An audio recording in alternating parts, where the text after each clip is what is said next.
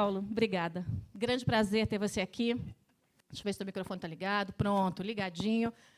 Obrigada por você ter vindo. O Paulo está fazendo aí um bate-volta, né, Rio-São Paulo, para acompanhar aqui o lançamento do JHN Channel, no JHN Show. E eu não poderia iniciar um projeto como esse sem falar de economia.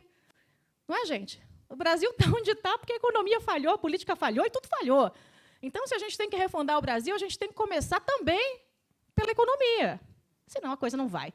Este homem aqui, todo sério, né? Esse homem aqui foi fundador, né, do BTG Pactual, né, e é PhD em economia, sabe bem pouquinho, quase nada, né, bem pouquinho. E ele está fazendo o plano de economia do candidato que lidera hoje as pesquisas de intenção de voto, as pesquisas normais, não as que incluem o presidiário, aquelas que não incluem o presidiário. Porque presidiário, pela lei, não pode, né, gente? Assim, não tem uma lei que diz que ficha suja não pode, presidiário? Não pode, né? Então, as pesquisas que não incluem o presidiário, né, o Jair Bolsonaro lidera, e o Paulo Guedes só não será ministro da Fazenda, se não quiser. Está fazendo o plano e está trabalhando. Paulo, boa noite. Obrigada. Boa noite a todos. Parabéns pelo canal. Obrigada. Esse compromisso com valores é importante, porque exatamente são esses fundamentos que permitem um país avançar, não é? A civilização é em cima de valores, né? E sejam valores conservadores, sejam valores liberais, a verdade é que, a curto prazo, qualquer grupo de homens podem escolher as ideias que eles querem adotar. Os homens podem escolher ideias que quiserem, mas, a longo prazo, as boas ideias é que selecionam os grupos humanos que terão sucesso. Então, eu acho muito importante esse compromisso de mídia com os valores, principalmente da civilização ocidental, né, que é o que nós conhecemos e que deu certo, e é um experimento de séculos. Não é algo que começou Sobe ontem. Um pouquinho o microfone, Paulo. Isso. Não é algo que começou ontem. Não é? Há toda uma história de uma civilização e toda a história de sucesso de grupos humanos que aderiram a essas ideias que permitem o avanço. Paulo, me conta uma coisa. O que te seduziu para você topar entrar aí no projeto do Jair Bolsonaro, nesse projeto novo de Brasil? Todo mundo sabe que você tem esse lado, né, liberal. E se a gente fosse fazer uma conta assim básica, a gente podia chegar à conclusão que é o seguinte: não, o Paulo Guedes combina mais inicialmente com a plataforma do João Amoedo, sei lá, inicialmente lá atrás o próprio Luciano Huck chegou a falar de você. Por que você topou entrar nessa luta? Eu, na verdade, recusei vários convites e sondagens para ir para o governo, e a única vez que eu considerei seriamente lá atrás foi quando era um programa liberal, de um candidato liberal, era 1989, era a primeira eleições diretas que nós teríamos, e o programa era do Afif. O Afif me chamou, me pediu para preparar um programa, era o Juntos Chegaremos Lá, e, na verdade, tinha um programa econômico. E eu achava que era relativamente simples, bem mais complexo do que hoje. Naquela época, para vocês terem uma ideia, a dívida pública federal interna era em torno de 60 bilhões de dólares. Quer dizer, então, nós privatizaríamos aceleradamente e zeraríamos a dívida interna. Oh, que sonho, hein? Isso significa hoje não dá que, mais. se tivéssemos feito aquilo naquela época, teríamos hoje, gastamos por ano aí 400 bilhões de reais ano. Isso é um plano Marshall. O Brasil reconstrói uma Europa por ano, sem conseguir se livrar da pobreza. O plano Marshall foi em torno de 13 bilhões de dólares, em reais de hoje, em dólares de hoje, seria em torno de 100 e poucos bilhões de dólares, dá esses 400 bilhões de reais. Então, quer dizer, se nós zerássemos a dívida lá, nós teríamos uma Europa para reconstruir por ano, o que significa que não haveria mais miséria, o país estaria bem à frente. Mas por que a privatização, ideologia? Não. Quando os militares entraram com um projeto de estabilização. Realmente, o Brasil derrubou a inflação rapidamente, com a dupla Campos e Bulhões. E aí começou uma recuperação econômica, e aí se estendeu, fizeram planos de investir em infraestrutura. E realmente o Brasil desenvolveu uma estrutura de excelente qualidade, mas o que acontece normalmente é que, e isso aconteceu também na economia soviética, aconteceu na economia chinesa, você domina algumas tecnologias simples, como hidrelétrica, estrada, 2, 3 coisas desse tipo, começa a gastar bilhões, vai, o país cresce algum tempo, Mas é um mecanismo de comando central, e a economia não funciona bem assim. A economia precisa de experimentação, de descentralização. Então, essa foi uma das primeiras conversas que eu tive com o Jair. Primeiro, a sua pergunta de como é que eu cheguei no Jair é interessante. Eu sou muito distante de política, tive sondagens.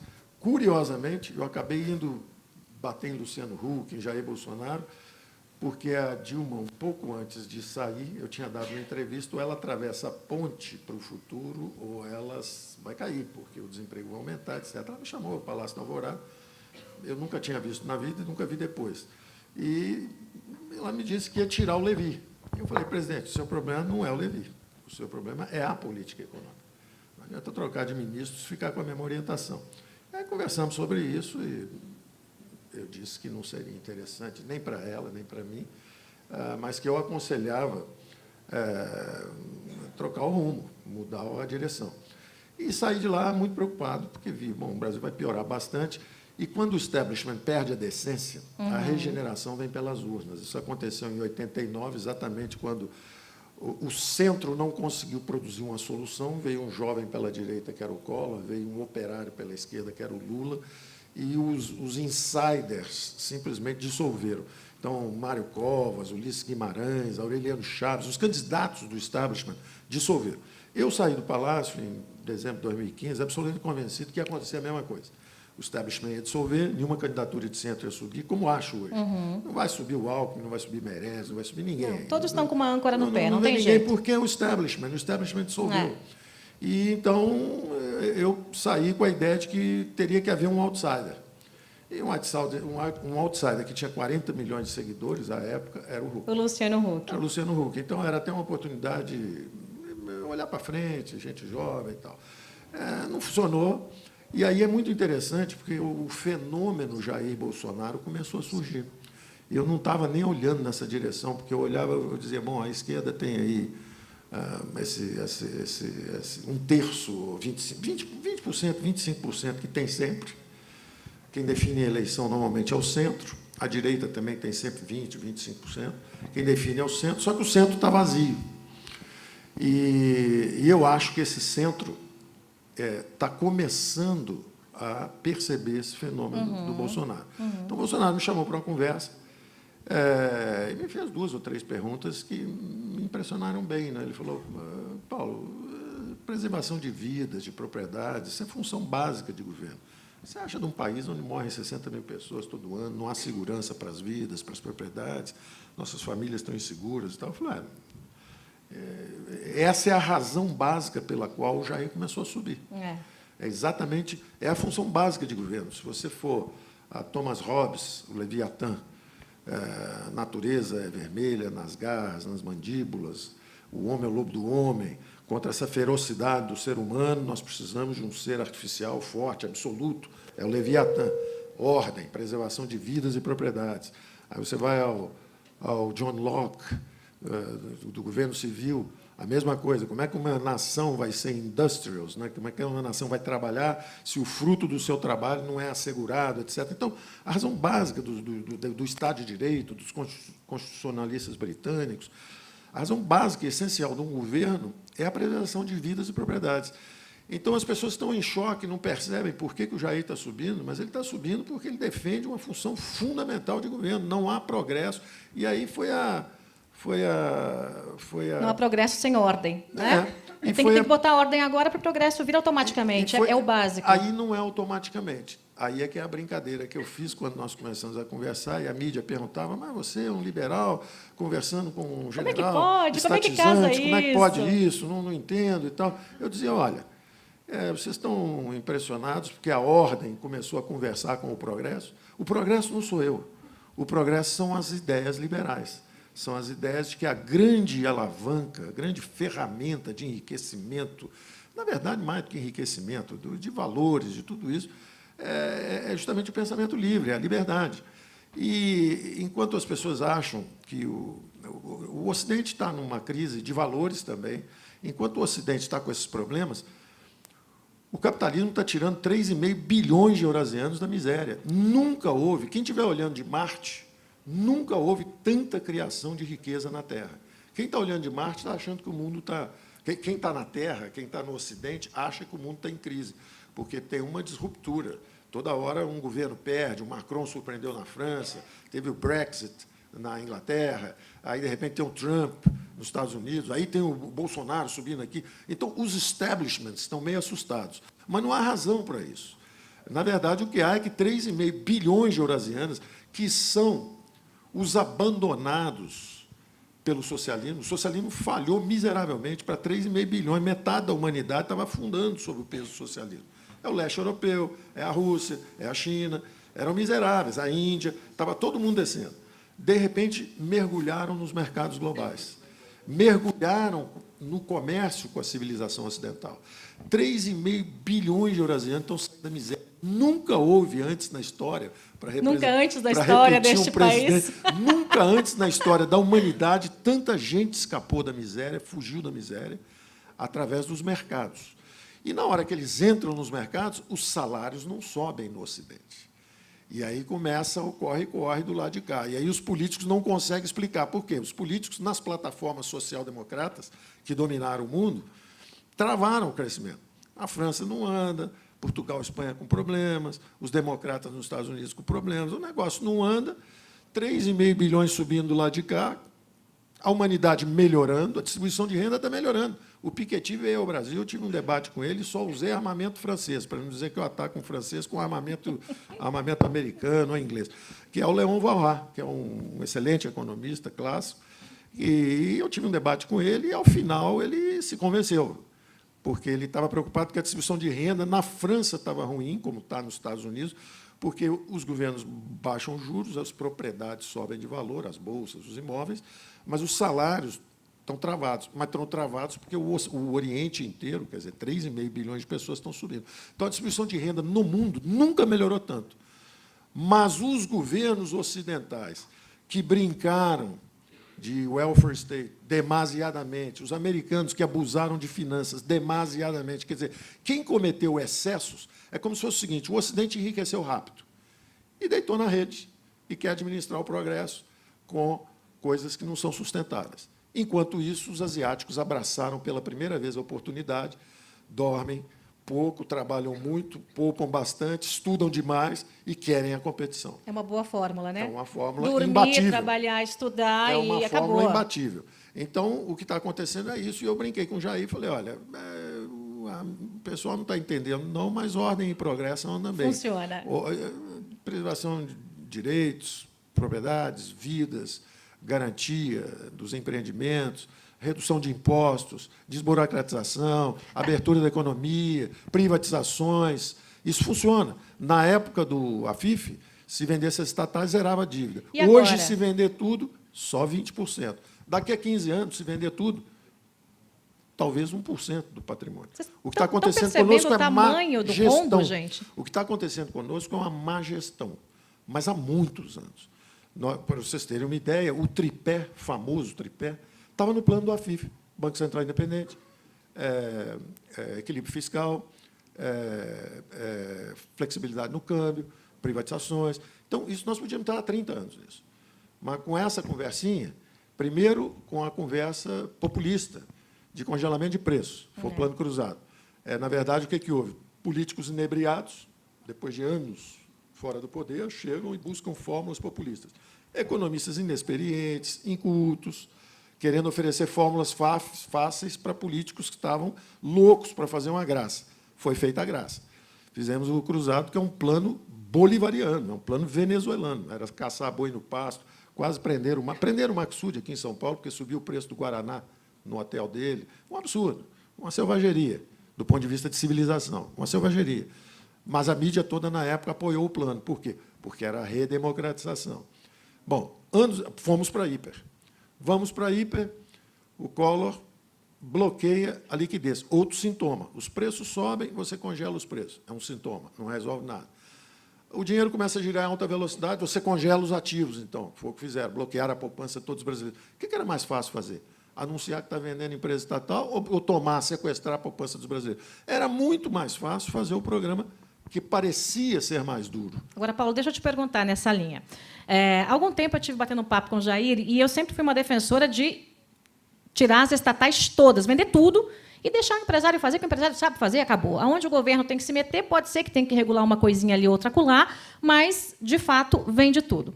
E o Jair, daquele jeitão dele, ô, Jair, você, tá ok, mas tem que pensar bem, tá ok, na Petrobras, tá ok, porque sabe como é, tá ok, tem o negócio da China, tá ok, aí é petróleo. E eu brinquei com ele, eu brinco com ele, assim, a gente brinca desse jeito, né? Aí eu falo, tá ok, ô, Jair, mas aí tem que privatizar. Você já colocou na cabeça dele que tem que, de fato, privatizar o maior número de estatais? E eu sei que você tem uma liberdade na mão para construir seu plano. Ninguém está te mandando, não. Você está colocando a sua alma e o seu conhecimento nesse plano econômico. O Jair evolui com uma velocidade muito maior que os economistas brasileiros evoluíram e que os presidentes passados evoluíram. Uau!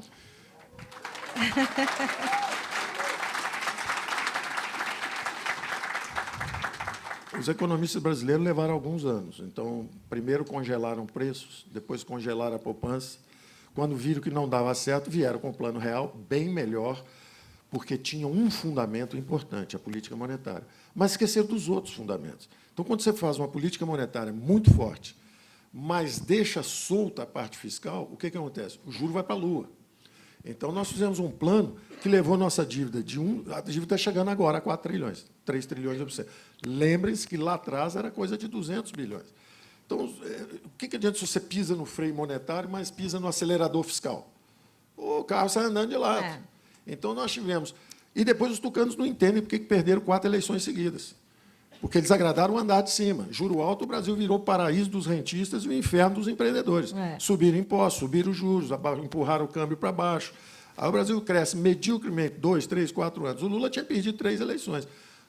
Com o tucano, você acaba elegendo. Na quarta, você acaba elegendo o Lula. E aí, quando o Lula entra, descobre que, em vez de pagar 300, 400 bilhões de juros por ano aqui na Faria Lima, pega só 10 bilhões e joga no Bolsa Família. O Lula incluiu o pobre no orçamento público e, merecidamente, ganhou algumas eleições. Se perdeu também pela mesma razão. A mesma razão. E é interessante isso, como é um inglês, Lord Acton, todo poder corrompe. O poder absoluto corrompe absolutamente. Então, uma coisa são os militares anti-ameaça, de esquerda, etc., fazem a intervenção, derrubam a inflação, e aí começam a estatizar. E a estatização vai subindo. A infraestrutura está lá, foi feita. Telebrás, Eletrobras, Siderbras, Portobras, Nuclebras, está lá, enorme. Ora, a democracia, isso é uma chuteira 44 de um jogador de futebol, de um back do Corinthians. Aí entra a democracia, com as suas singelas aspirações. Educação, saúde, segurança. É um sapatinho de bailarina, 36. Você está com a chuteira 44. O que é um bom governo? O governo que faz a reforma do Estado. Ele fala o seguinte, missão cumprida na infraestrutura, a base está no país, o que eu faço agora?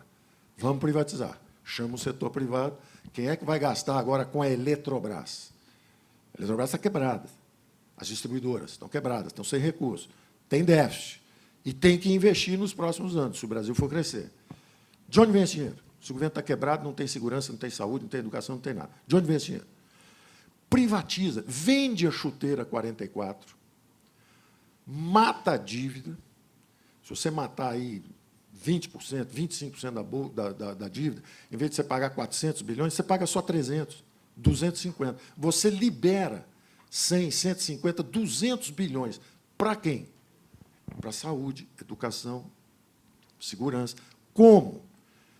Descentralizando. Eu digo para o Jair, você vai ser o primeiro presidente da República, em 40 ou 50 anos, que vai amputar seus próprios poderes. Você vai descentralizar o poder e descentralizar os recursos. O dinheiro tem que ir onde o povo está. O povo está na rua, então ele precisa de segurança lá. O garoto está andando aqui pela cidade, ele precisa da escola aqui. Não é no toma lá da cá de 42 ministérios em Brasília. Ao contrário, é regenerar a classe política. A classe política tem medo. O Jair é um capitão, é militar, ele vai fazer a democracia regredir. Ao contrário. A ausência dessa dimensão fiscal, a não percepção de que o governo se hipertrofiou, embaraçou os militares, constrangeu os militares no final. O que aconteceu no final? No meio de um choque do petróleo, o Delfim, querendo ser o primeiro sucessor civil, presidente civil, na melhor das intenções, tentando comida barata, crédito para a agricultura, etc., saiu empurrando, combinou uma demanda frouxa com o choque do petróleo, a inflação começou a subir para 100, para 200. O governo militar, apesar de ter colocado o Brasil para crescer, etc., sai sem graça, recua, a inflação começa a subir, entram os civis, sentam em cima da boca do vulcão, aquilo explode, vira uma hiper, e eles começam a rodar em círculos, e hoje dizem como se fossem virtuosos, como se assim, o Jair não sabe nada de economia. Ora, quem congela preço no Brasil inteiro sabia algo de economia? Quem congela a poupança no Brasil inteiro sabia algo de economia?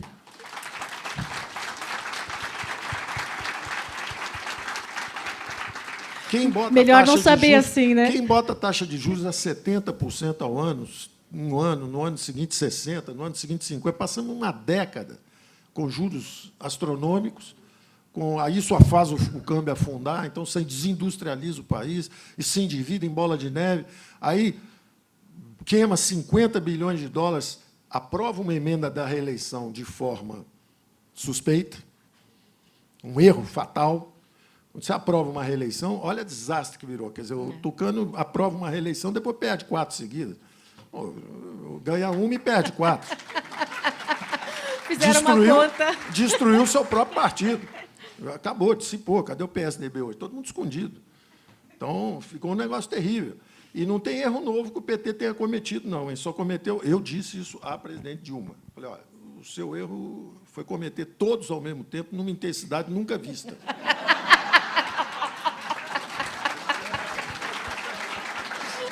Mas erro novo não teve nenhum. Congelar preço, já tinha. Mensalão, já teve um mensalinho. Qualquer um que você falar, já teve antes. Então, eu não falo isso com nenhuma alegria. Eu não falo isso com nenhuma alegria, com nenhuma arrogância.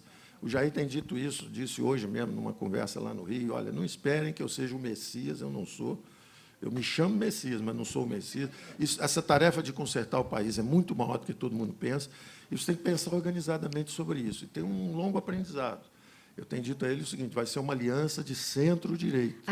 Eu quero chegar aí, Paulo, porque esse é um discurso que eu tenho usado e dito o seguinte, não vamos nos agarrar nas poucas divergências, mas na espinha dorsal para o Brasil crescer. Exatamente. E eu cito nomes, porque não tenho medo de ninguém. Então, eu já falei para o Jair, o próprio Álvaro Dias, o próprio Flávio Rocha, que está aí, mas a gente sabe que não vai, né, não tem chance de ganhar a eleição. As ideias do Novo, João Amoedo. Então, eu não conversei com ninguém, mas eu acho que a gente tem que se conversar. Exatamente. Vamos nos colocar juntos nas convergências, porque o Brasil precisa. A esquerda está se unindo, gente. A gente tem PT, PCdoB, PSOL, eles se odeiam, mas estão juntos para tentar dar um golpe no Brasil de novo. Nós precisamos unir os bons e deixar um pouquinho de lado as poucas divergências. Então, eu dizia dessa dimensão fiscal, quer dizer, quando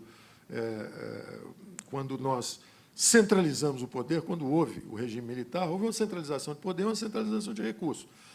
E isso atuou durante um certo tempo. Agora, isso que funcionou durante um certo tempo carrega um veneno mortal.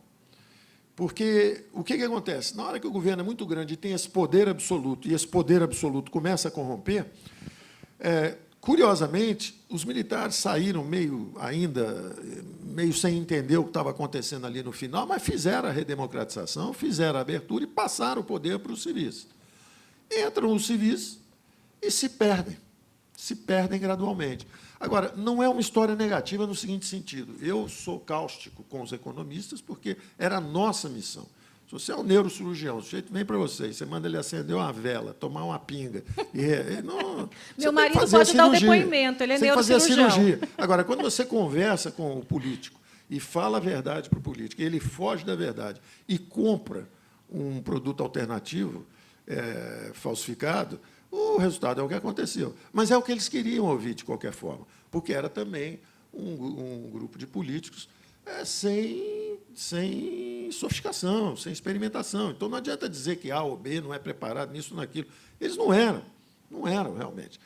E aí nós começamos, mas aí tem uma história Mas, interessante. Paulo, quando você junta a falta de preparo com a imoralidade ou a falta de estatura moral, Bom, aí você chega numa situação que é uma bomba relógio. Bom, né? aí você vê, essa é a história nossa, que é o seguinte, é uma história comum, não é nossa. Isso aconteceu muitas vezes na história. Eu leio história econômica, acompanho com grande interesse. Ele lê das 4 da manhã às 7 todo dia, tá, de gente? várias épocas, É. inclusive de várias épocas, que eu gosto de acompanhar esses experimentos humanos, porque o conhecimento é isso. E aí você vê o seguinte, é fatal. Isso que está acontecendo na Venezuela, que aconteceu na Venezuela, é um filme convencional. Você entra cheio de ideais. Está acontecendo na Revolução Francesa. Os mais nobres ideais iluministas, de repente, degeneraram numa lâmina cortando pescoço. E não adianta tirar o pescoço do rei. Tirou o pescoço do rei, o Robespierre e o Danton guilhotinaram o Luís XVI. Depois, o Robespierre guilhotinou o Danton. Depois, guilhotinaram o Robespierre. Depois, fomos para as guerras napoleônicas. E não tem fim. Quando você erra e a crise política continua, e são gêmeos, siameses. Quando esse excesso de gastos públicos no Brasil, você vê, o Brasil gasta hoje 40%, no pico da Dilma chegou a 45% do PIB. Então, um governo que gasta quase a metade do PIB. Aí você vai ver a qualidade do gasto. Aí você olha e fala o seguinte, vamos olhar agora a qualidade do gasto público. Primeiro grande componente, juros. Gastamos um plano Marshall por ano. Reconstruímos uma Europa por ano. O dinheiro que reconstruiu a Europa inteira. Alemanha, França. Nós gastamos por ano só com juros da dívida. São as digitais dos erros do passado. Quer dizer, uma dívida de quase 4 trilhões diz o seguinte, vocês fizeram muita besteira lá atrás. Ficaram com juro muito alto. Você vê o mundo todo com juro zero, o Brasil bota assim 70%, com a maior tranquilidade, 15%, como se não houvesse amanhã, como se não fôssemos ter filhos, como se não tivéssemos netos. Empurra essa conta para o futuro. Empurra essa conta para o futuro. Essa é a nossa história. É um erro brutal. Então, nós fomos aprendendo aos poucos. A boa notícia é o seguinte, não tem mais erro para cometer. Cometemos quase todos. Cometemos quase todos. Então, achamos, depois de congelar preços, congelar ativos, nós acabamos achando a importância da política monetária. Foi o Plano Real, uma descoberta. Descobrimos o Plano Real. Um pouco antes, para se reeleger, Fernando Henrique gasta 50 bilhões de dólares de reserva. Se reelege. E o câmbio explode na banda diagonal endógena. Não foi algo de sabedoria, não foi aprendizado, não. Foi uma explosão. Ele botou um presidente do Banco Central novo, passou 5, 6 dias lá, que ele explodiu, e aí aprendemos a flutuar o câmbio. Aí o FMI chama o Brasil e diz o seguinte, vem cá, você com esse juro na lua, essa dívida vai explodir, faça alguma coisa no fronte fiscal. Aí eles fazem a lei de responsabilidade fiscal. Aí passa o tempo, eles se esquecem que aprenderam, queimando o focinho em cada lareira, voltam e dizem arrogantemente o seguinte, esse PT não sabe nada, se o Lula ganhar a eleição, vai tocar fogo no Brasil, nós que somos os caras, que sabemos tudo, se esquecem que aprenderam apanhando, fazendo besteira o tempo inteiro. Curiosamente, o operário entra e faz um governo melhor que o dele, mais barato que o dele, descobriu que pobre é fácil de ajudar. E deu uma ajudazinha, botou um dinheirinho aqui, um dinheirinho ali, a coisa começou a andar. Mas o poder corrompe. E o poder absoluto corrompe absolutamente. E aí o Brasil vai evoluindo de uma forma muito interessante, que é o seguinte, quando houve o impeachment do Collor, eu mesmo pensei o seguinte, interessante, será que ele está caindo porque roubou um Fiat Elba? Ou será que ele está caindo porque não está deixando os outros roubarem? É uma pergunta. Depois eu pergunto, passa mais um tempo, eu falo assim, não, eu vou olhar pelo lado positivo. Não interessa a motivação em si, se foi ambição. O que interessa é que o legislativo dê um grito de independência. E isso é importante. O país precisa ter os 3 poderes independentes. Então, o impeachment do Collor foi um grito de independência do legislativo. Falou, olha, somos independentes, se fizer besteira, tiramos o presidente. Bonito, vou olhar pelo lado positivo, em vez de pelo lado negativo. Aí o executivo compra o legislativo. É o que nós assistimos. O executivo comprou o legislativo, comprou sustentação parlamentar. Toma lá da cá, voto, dinheiro para cá, postos nas estatais para trocar, comprar influência, etc. Piratas privados, de um lado, burocratas corruptos e criaturas do pântano político se associam e saqueiam o país. Descobrimos que temos um poder judiciário independente, prender os 2. Bom, interessante, Sérgio Moro foi homenageado ontem ou anteontem em Nova York. Salva de palmas para o Sérgio Moro. Homem do ano. Não é? Sérgio Moro, juiz da Lava Jato, homem do ano em Nova York, merecidamente. Ou seja, ao contrário, e me espanta a descrença com que as pessoas olham para o nosso próprio desenvolvimento. As pessoas olham e falam assim, estou com muito medo, porque o Jair Bolsonaro, porque o Ciro Gomes, porque... Não estou entendendo. O país tem 3 poderes independentes. Tem o judiciário, tem o legislativo e tem o executivo. O país tem livres eleições a cada 2 anos, ocorrendo seguidamente. O que está errado? Tem algo errado agora? Ou estivemos errados por um longo tempo, fazendo besteira, roubalheira, besteira na economia? Eu não estou entendendo a descrença a respeito do Brasil. Mas, Paulo, a gente tem um legislativo que também está encrencado, em sua grande maioria, na Lava Jato. A política do toma lá da cá é básico, né, gente? Então, a gente sabe como é que funciona. Como é que o Jair vai chegar lá? E já emendando uma outra pergunta, Excelente. porque nós temos aí... Eu tenho que liberar o Paulo logo que ele tem voo, tá, gente? Então, eu vou emendar uma outra pergunta. O Jair vai ter que negociar com esse Congresso, e esse negociar, entenda-se o negociar republicano, tá, gente? Porque eu nem falaria, né, em algo que não fosse republicano. Porque a nossa renovação não vai ser... Eu queria renovar 100%, mas a gente sabe que não é possível, infelizmente, ainda vai um tempo para isso acontecer. E você falou de mudar a lógica aí, do Estado. Quer dizer, o Estado mais enxuto, se você enxuga o Estado, automaticamente você tem menos corrupção. Acabou, é básico. Juntou lé com cré, não precisa ser muito inteligente para você chegar aí.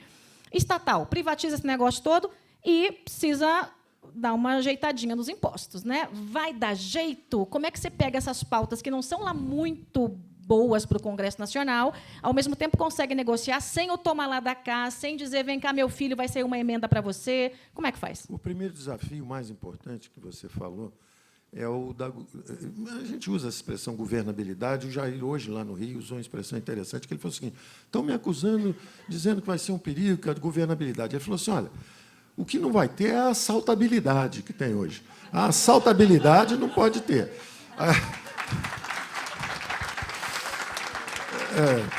E eu concordo, as pessoas precisam entender uma coisa, e eu acho que a classe política já entendeu. Eu tenho escrito 30 anos sobre isso. Eu fui colunista do Globo, da Folha, da Exame. Quando o Simons morreu, me convidaram para substituí-lo na Exame. Então, eu estou escrevendo isso há 30 anos, eu estou acompanhando isso há 30 anos. Só alguém que chegou ontem e está olhando para isso. Eu estou escrevendo isso há 30 anos, tudo está escrito, não tem nada novo para eu falar. Está tudo escrito há 30 anos, dizendo, olha, está circulando aí um vídeo meu, depois você podia mandar para todo mundo que veio aqui, que me mostraram, eu falei, que interessante, mas eu não estou falando na mídia, o que houve aí?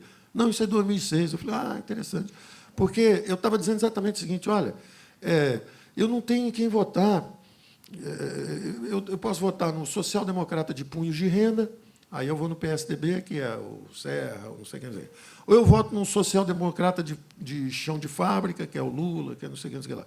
Ou eu voto num social-democrata reformista, que é o Ciro Gomes. Ou eu voto num social-democrata populista, que era o Antônio Garotinho. Eu não quero votar neles. Eu não quero votar neles. Não estou representado por essa corrente política.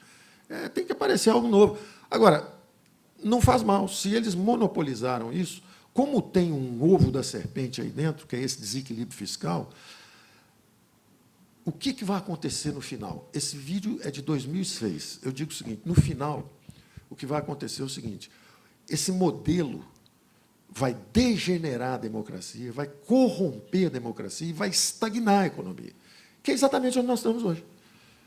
Corrompeu o sistema político e estagnou a economia. Como é que refaz isso? E eu escrevi vários anos o seguinte, os nossos políticos estão se comportando como papas renascentistas. Um papa renascentista mandava assassinar cardeal, tinha 8 amantes, tinha um exército particular, invadia países. O que aconteceu? Se não conserta por dentro, veio uma reforma de fora, veio a reforma protestante, e rachou a igreja em duas. Então, vem um outsider. As eleições vão trazer outsiders, vão trazer gente que não pratica isso. O que nós estamos assistindo no momento? Nós estamos assistindo à morte da velha política. Ela já morreu. É impossível. Quem quiser insistir nisso, vai preso. Está aí a independência do Poder Judiciário. Eles serão presos. De primeira instância, né, pelo menos. Vai preso. Então, eles têm que se reinventar. E o Jair é uma chance, em vez de ser esse desafio, esse temor, etc., é justamente a chance da readaptação da política, que é o seguinte, se ele não gosta da esquerda e a esquerda não gosta dele, não tem problema nenhum. É uma aliança política de centro-direita, que ficou 30 anos fora. Esse centro, que ficou 30 anos aí olhando para onde ir, e o próprio Fernando Henrique se arrogava e dizia: eles têm que vir conosco, porque nós somos a vanguarda do atraso. É conosco ou pior ainda? Não, não seja arrogante. Pode ter coisa bem melhor Que aparecendo. nomes você acha que poderia compor essa aliança de centro-direita? Eu acho que você falou vários nomes interessantes. Você falou Álvaro, vários- João Amoedo, Flávio, Afife. Todo mundo, claro, evidentemente. Pessoas pensantes Todo no mundo, Brasil. centro-direita, aliás, centro-direita. Quem não é socialista, social-democrata, etc., vem para o lado de cá. Bom, é uma aliança de centro-direita. E o que eu acho é que essa modificação do Estado, essa mudança de eixos de crescimento, em vez da ferramenta de inclusão, uma coisa é você fazer inclusão social de minorias, de brasileiros que ficaram para trás. Outra coisa é você achar que o Estado vai levantar todo mundo. Não, é impossível. Quer dizer, 3,5 bilhões de eurasianos estão saindo da miséria, os chineses estão saindo da miséria. Os chineses renunciaram à economia dirigista e estão mergulhando nos mercados globais. Os russos também. Os russos fizeram uma reforma, baixaram os impostos para 15%. O Gerard Depardieu, socialista francês, correu, quer pagar imposto de renda na Rússia. Foi morar na Rússia. Então, essa reforma é inevitável. E por que eu acho que a governabilidade virá para um Jair? Primeiro, porque é uma aliança de centro-direita. E segundo, porque a governabilidade, o eixo mudou. Em vez de ser uma compra de votos mercenários no varejo, sem a menor pudor, que é o que tem acontecido, o sujeito vota aqui, independente do partido, vai ser o contrário, serão entendimentos políticos em torno de programas partidários, no atacado. Então, quando for seguir uma proposta para o Congresso, de reforma da Previdência, por exemplo, ou seguir uma reforma... Que tem que vir, né? Não tem como segurar mais, né, Paulo? Não dá, acabou. Olha, vamos fazer um programa de privatizações, vamos fazer uma reforma tributária, tem 54 impostos, é um manicômio tributário. Vamos simplificar isso, vai ter 4 ou 5 impostos, alíquotas mais baixas. Que maravilha, gente. Dá para começar agora? Tem que esperar até o final? Quando isso for mandado para o Congresso, o Ciro Gomes e o Boulos com os 2 votos dele, e o Ciro Gomes com os 18 do partido dele, eles vão votar contra. E quem sabe, o DEM, com os seus, até lá, juntando, eles vão juntar. Todo mundo já entendeu, porque tem essa cláusula de desempenho também. Então, eles vão ter que se juntar. O ideal é que essa cláusula de desempenho suba a barreira, em vez de 5%, vá para 10%, uma coisa assim. Você fica com 3 ou 4 grandes partidos, e esses partidos votam em bloco.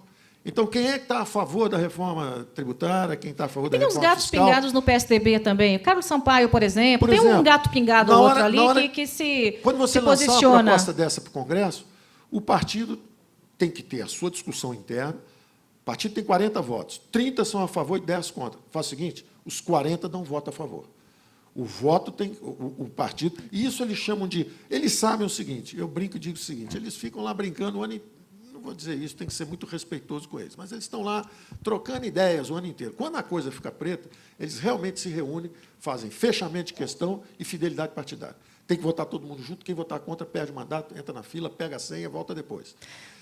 É isso que eles têm que fazer. Eles têm que votar juntos. Paulo. E aí tem essa reforma, eles é que apoiam a reforma e entram. Um segundo só para terminar o seguinte.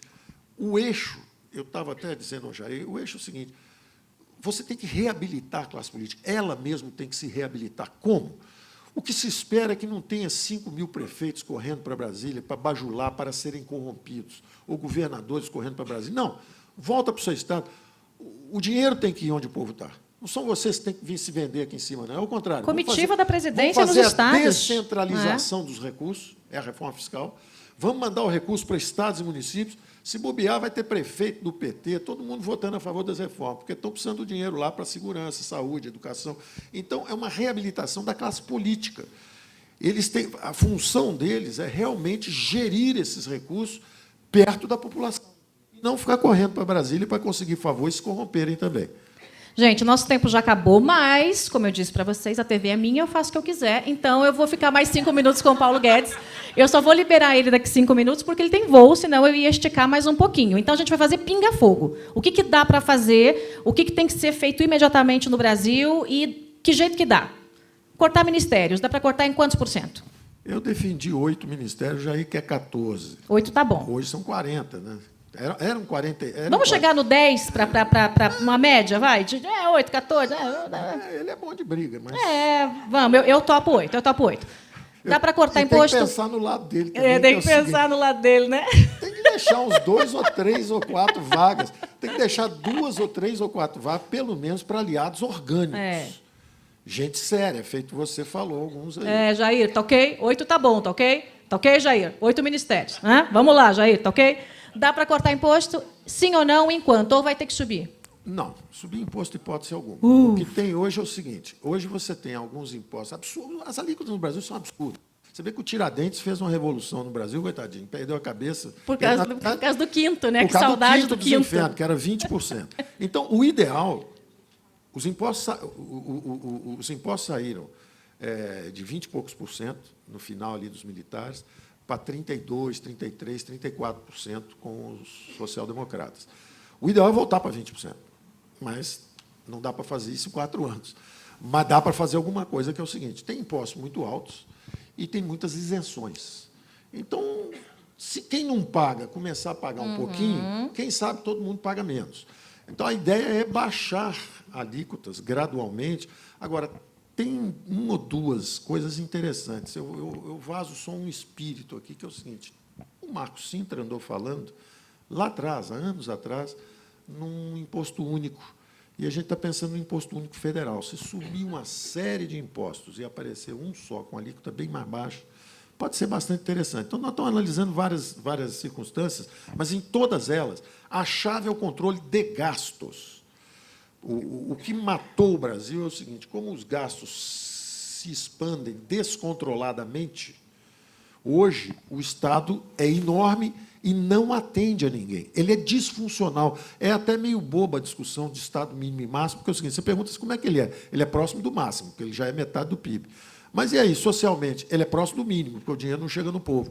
Ele consome, o governo consome hoje dinheiro com o passado dele, é o juro da dívida, dos erros passados, com o presente dele, que é o salário de funcionalismo, salário generoso, e com o futuro dele, que são as aposentadorias dele mesmo. Com 1 milhão de funcionários públicos, ele já tem um déficit colossal, ameaçador, enquanto o setor privado tem 30 milhões com muito menos per capita, e com muito menos desigualdades também.